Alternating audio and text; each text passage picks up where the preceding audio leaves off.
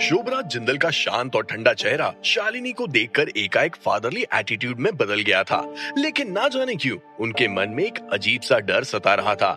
शायद इसलिए क्योंकि वो शालिनी को कई सालों बाद देख रहे थे और शालिनी के लिए भी वो एकदम अनजान थे। डैडी, क्या मेरे पिता भी हैं?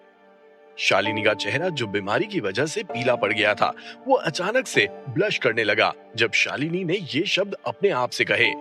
देखते ही देखते शालिनी की आंखों में आंसू आ गए और वो उसकी आंखों से बहने लगे, जैसे मानो उसकी आंखों से मोती निकल रहे हों। अपनी बेटी को इस तरह रोते हुए देखकर शोभराज जिंदल का दिल छलनी छलनी हो गया था। पिछले 13 सालों से शोभराज जिंदल विराज और शालिनी को कॉन्स्टेंटली ऑब्जर्व करते आ रहे थे। हालांकि चूंकि वो कभी मिले नहीं, इसीलिए शोभराज जिंदल में अपनी बेटी के सामने आने की हिम्मत नहीं थी। अपने दिल में दर्द छुपाकर वो अपनी बेटी को 13 सालों से महसूस कर रहे थे। लेकिन आज समय के पहिए ने उन्हें अपनी बेटी के दर्शन करा ही दिए थे। शालिनी को रोते हुए देखकर विराज तुरंत ही उसे दिलासा देने के लिए पहुंच गया था। एक भाई ने अपनी बहन को गले से लगाया, उसके आंसू पोंछे, उसके माथे पर हाथ फेरा और उसे शांत हो जाने के लिए कहा। शोभराज जिंदल का यूं इस तरह एक पिता बनकर अचानक से आना शालिनी के लिए किसी शौक से कम नहीं था। चाचा, शालिनी अच्छे से सोई नहीं है, उसे थोड़ा आराम करने देते हैं, हम बाहर चलते हैं। ये बोलते हुए विराज ने शालिनी को रेस्ट करने को कहा और शोभराज जिंदल को इशारा किया, जिससे वो दोनों शालिनी के कमरे से बाहर निकल सके और शालिनी आराम कर सके।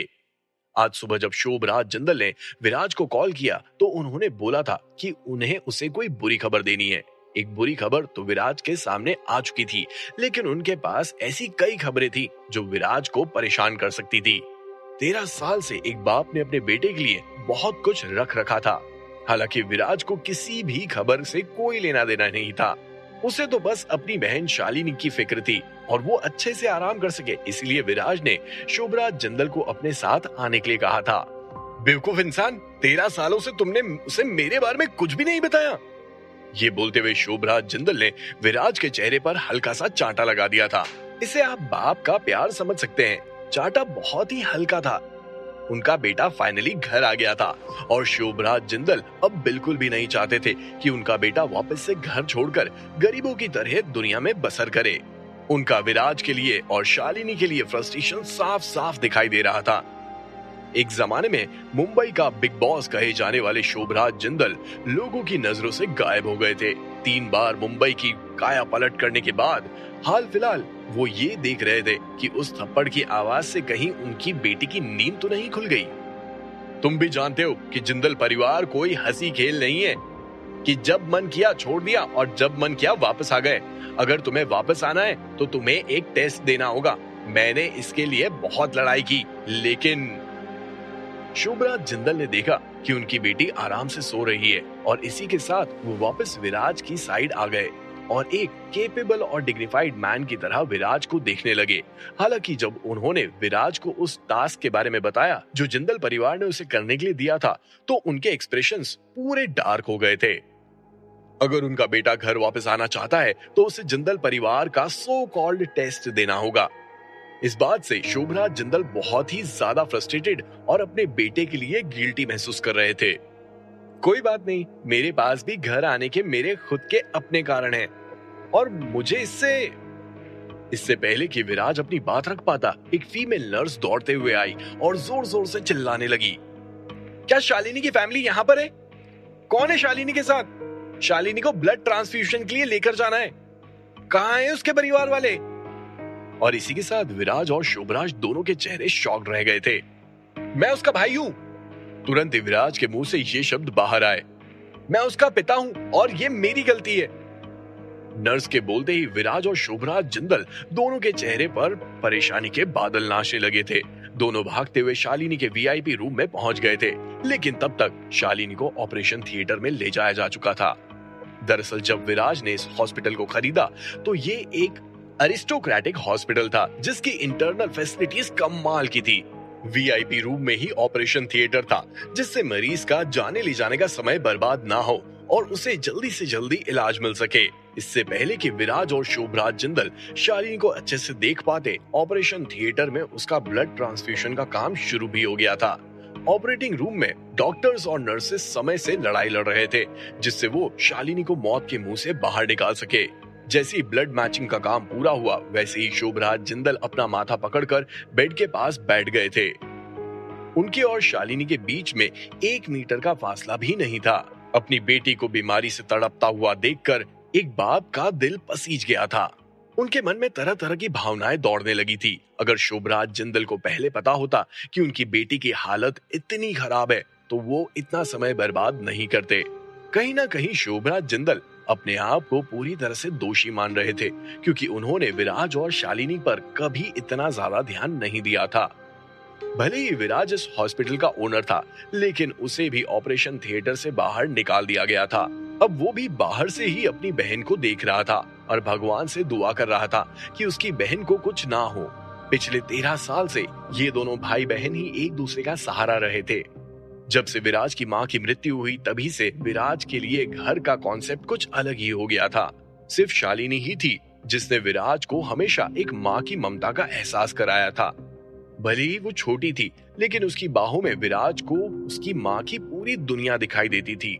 इस वक्त विराज जिंदल बहुत ही ज्यादा परेशान था, क्योंकि उसकी बहन शालिनी ऑपरेशन टेबल पर लेटी हुई थी। वो इस बात से पूरी तरह से अनजान था कि उसकी बहन जिंदा भी है या नहीं, कि तभी अचानक से ट्रिंग ट्रिंग ट्रिंग ट्रिंग शोभराज जिंदल का फोन बजने लगा था। हालांकि शोभराज जिंदल का ध्यान भी पूरी तरह से शालिनी पर ही टिका हुआ था, इसलिए फोन पर पूरी घंटी बजी, लेकिन उन्होंने फोन को नहीं उठाया था। आखिर एक बाप इस समय में फोन कैसे उठाता? चूंकि शालिनी का हार्ट वॉल्व मिसिंग था, इसीलिए उसे हमेशा इमोशनल एक्सपोजर से दूर रहने की सलाह दी गई थी। लेकिन आज जब शोभराज जिंदल 13 सालों बाद एक पिता बनकर उसके सामने आ गए, तो शालिनी का ब्लड फ्लो बहुत ही ज्यादा बढ़ गया था। उसकी हालत बहुत ही ज्यादा खराब हो गई थी। उसका चेहरा सफेद पड़ने लगा था। आर्टरीज और वेन्स को जल्दी से जल्दी रिपेयर करने की जरूरत थी, लेकिन शालिनी अपना बहुत खून खो चुकी थी। ऑपरेशन के दौरान शालिनी की बाहें हरकत तो कर रही थी, लेकिन ये समझ नहीं आ रहा था कि वो ऑपरेशन का असर है या फिर उसे बहुत ज्यादा दर्द हो रहा है। ऑपरेशन थिएटर की उसकी मोर्निंग सुनाई नहीं दे रही थी। ओरिजिनल हार्ट के वॉल के रिपेयर के लिए शालिनी की स्थिति को बेहतर तरीके से देखने के लिए थोड़ा और इंतजार करना होगा। हालांकि बीमारी के अचानक से बढ़ने से स्थिति में बिल्कुल भी देरी नहीं हुई थी, लेकिन एक्सटर्नल सर्कुलेशन मशीन को समय पर ऑपरेशन थिएटर में नहीं पहुंचाया गया, जिस वजह से शालिनी का बहुत सारा ब्लड लॉस हो गया था और अब उसे जल्दी से जल्दी खून की जरूरत थी। चूंकि वो शोभराज जिंदल की बेटी थी, इसीलिए उनका खून उसके बेहद काम का था। शोभराज जिंदल ने अपना खून देना शुरू कर दिया था। हालांकि उनकी उम्र भी 60 के करीब थी और जैसे जैसे उनके शरीर से खून निकल रहा था, वैसे वैसे उनका चेहरा पीला पड़ता जा रहा था। डॉक्टर्स जानते थे कि उन्हें और भी ज्यादा खून की जरूरत है, इसीलिए तुरंत ही विराज के खून की जांच की गई। विराज जिंदल, तुम्हारे खून की जांच सफल पाई गई है, तुम खून दे सकते हो। ये कहते हुए एक नर्स तुरंत ही विराज को ऑपरेशन थिएटर में ले गई थी। विराज का ध्यान पूरी तरह से अपनी बहन शालिनी में अटका हुआ था। जब उस नर्स ने विराज से उसके खून देने के बारे में कहा, तो असल में विराज को कुछ भी समझ में नहीं आया था। दरवाजा खुलते ही विराज ऑपरेशन थिएटर के अंदर चला गया था। शोभराज जिंदल अपना खून दे चुके थे और विराज जिंदल अभी अपना खून दे रहा था, लेकिन एक्सटर्नल सर्कुलेशन मशीन अभी भी खून की डिमांड कर रही थी। विराज लगभग 2 घंटे से खून दे रहा था, लेकिन शालिनी का ऑपरेशन अभी तक खत्म नहीं हुआ था। अगर विराज ऐसे ही खून देता गया तो जल्दी उसे भी हॉस्पिटल में भर्ती करना पड़ेगा। मुंबई शहर के सारे हॉस्पिटल में खबर कर दी गई कि हमें जल्दी से जल्दी AB नेगेटिव ब्लड चाहिए। जल्दी से जल्दी और ज्यादा से ज्यादा लोगों को इकट्ठा करो। हरी अप, 400 सीसी ब्लड दे चुका है। सूनर और लेटर विराज डेंजर में चला जाएगा। तो आखिर एक बाप अपने दोनों बच्चों को हॉस्पिटल में कैसे देख सकता था, वो भी 13 साल बाद। ये मुलाकात उसके लिए अभिशाप बनकर आई थी। यही सोचते हुए शोभराज जिंदल ने कॉल करके सामने वाले इंसान से जल्दी खून का इंतजाम करने के लिए कह दिया था। सामने वाले इंसान ने जैसे ही शोभराज जिंदल का ऑर्डर सुना, वो बिल्कुल भी हेजिटेट नहीं हुआ, बल्कि उनके ऑर्डर को पूरा करने में लग गया था। जैसे जैसे समय बीत रहा था, वैसे वैसे शोभराज जिंदल का मन भाग रहा था। वो वेट करने के अलावा और कुछ भी नहीं कर सकते थे। अपने दोनों बच्चों को ऑपरेशन थिएटर में इस तरह देखकर शोभराज जिंदल मन ही मन कसम खा रहे थे कि अगर उनके बच्चों को कुछ हो गया तो इसकी कीमत डॉक्टर्स को चुकानी पड़ेगी। Oh God, the operation is successful, ये बोलते हुए डॉक्टर के चेहरे पर एक असीम मुस्कान आ गई थी। हालांकि 3 महीने बाद शालिनी का वापस से हार्ट वॉल रिपेयर करना होगा, लेकिन अभी के लिए वो खतरे से बाहर थी। डायरेक्टर साहब, अगले 3 महीने तक आप अपनी बहन को इतना भी एक्साइट मत करिए कि आपको भी ऑपरेशन थिएटर के धक्के खाना पड़े। ये बोलते हुए डॉक्टर्स की टीम ऑपरेशन थिएटर से बाहर निकल गई थी, लेकिन जूनियर डॉक्टर्स और नर्सेस अभी भी विराज की हालत को मॉनिटर कर रहे थे। शोभराज जिंदल के कांटेक्ट ने सही समय पर एबी नेगेटिव ब्लड भिजवा दिया था, जो विराज के शरीर में चढ़ाया जा रहा था। इस पूरी प्रतिक्रिया को खत्म होने में 3 घंटे का समय लगा और 3 घंटे बाद ही ऑपरेशन थिएटर की बत्ती बंद हुई। अब विराज और शालिनी दोनों ही खतरे से बाहर थे। क्या शालिनी की ये हालत शोभराज जिंदल की वजह से हुई थी? आखिर शोभराज जिंदल की पूरी कहानी क्या है? क्या वो 13 साल बाद एकाएक विराज और शालिनी की जिंदगी में लौटना चाहते थे? अचानक से इतना प्यार, या फिर इस कहानी में और भी कुछ पहलू ऐसे हैं जिन पर से पर्दा हटाना बाकी है? आगे इस कहानी में और क्या होने वाला है? क्या विराज जिंदल परिवार के टास्क को पूरा करके अपना राज कायम कर पाएगा, या फिर इसी बीच कोई और मेहमान भी जिंदल परिवार में हड़कंप मचा देगा? जानने के लिए सुनिए कैश ऑन माई माइंड का अगला एपिसोड सिर्फ और सिर्फ पॉकेट एफएम पर।